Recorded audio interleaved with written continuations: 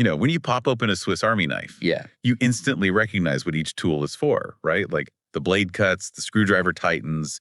Form basically follows function. Yeah, exactly. It's totally purpose-built for whatever job you need. Right. Okay, let's unpack this. We tend to treat the words coming out of our mouths like this chaotic soup, but every single sentence you speak is actually performing one of 4 highly specialized jobs. Yes. And our sources today decode the 4 pillars of English sentence structure. So the mission for this deep dive is really just, look under the hood of your everyday communication. Yeah, to see the hidden mechanics at play. So where do we start? Well, think about the foundation of any negotiation or really any conversation. It always starts with claiming territory, which in language means establishing reality. Okay. Giving information. Right. That is the declarative sentence. It's the standard subject-verb information formula, like I am a student or the sky is blue. It's the baseline of all communication. Right, but claiming reality only works if you actually hold the cards. I mean, if you're lacking information, a declarative structure is totally useless to you. Yeah, you can't just state facts if you don't have them. Exactly. You have to pull the data from someone else, which means shifting gears entirely. And what's fascinating here is how the mechanics shift. To get that information, we use the interrogative. The questions. Right. But we don't just add a question mark at the end of a thought. We physically restructure the sentence. Right. We take a WH word or a helping verb and just jam it right at the front. Exactly. So instead of saying you live there, it becomes where do you live? But why front load it like that? Why not just put the question part at the end? Well, it's actually a psychological trigger. By putting that interrogative marker first, you instantly signal the listener's brain to switch. Switch from what? From passive receiving mode into active retrieval mode. I mean, before you've even finished speaking the sentence, their cognitive gears are already turning to find the answer. Oh, wow. That makes total sense for data exchange. But, okay, think about a high-stakes scenario. Like, your kitchen is on fire. Right. You are definitely not going to calmly establish reality or ask for data retrieval. You need immediate physical action. Which brings us to the imperative. This is the realm of commands and instructions. And if we look at the structural formula, it reflects pure urgency. Yeah, and this is where it gets really interesting to me.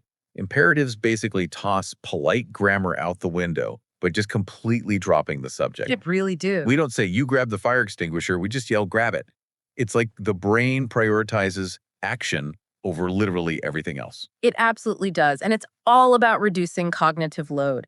In an emergency, or even just when you want raw efficiency, like telling a colleague, close the door, skipping the stated subject saves precious processing milliseconds. Because the subject is implied. Exactly. The grammar literally gets out of the way of the action. Okay, so we have data, we have questions, and we have action.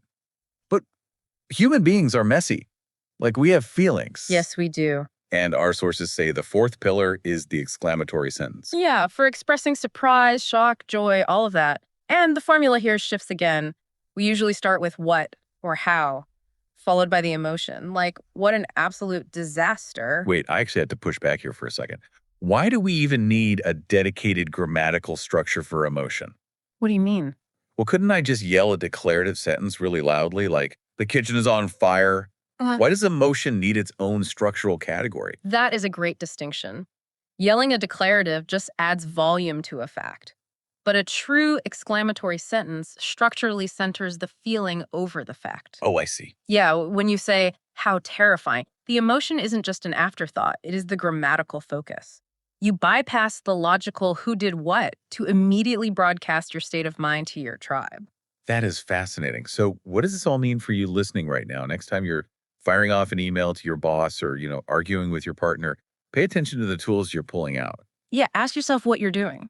Are you establishing reality with a declarative, probing with an interrogative, Or driving action with an imperative, or broadcasting emotion with an exclamatory? and definitely consider how we blend them to manipulate social situations. Which actually brings up a really provocative thought to leave you with today. Our sources categorize a phrase like, please help me, as an imperative. It's technically a command. Right. But think about your own conversations today. Does adding the word please to an order actually change its grammatical DNA into a request, or is it just a polite mask hiding a demand? Keep an ear out for it. See how often people disguise their imperatives around you today.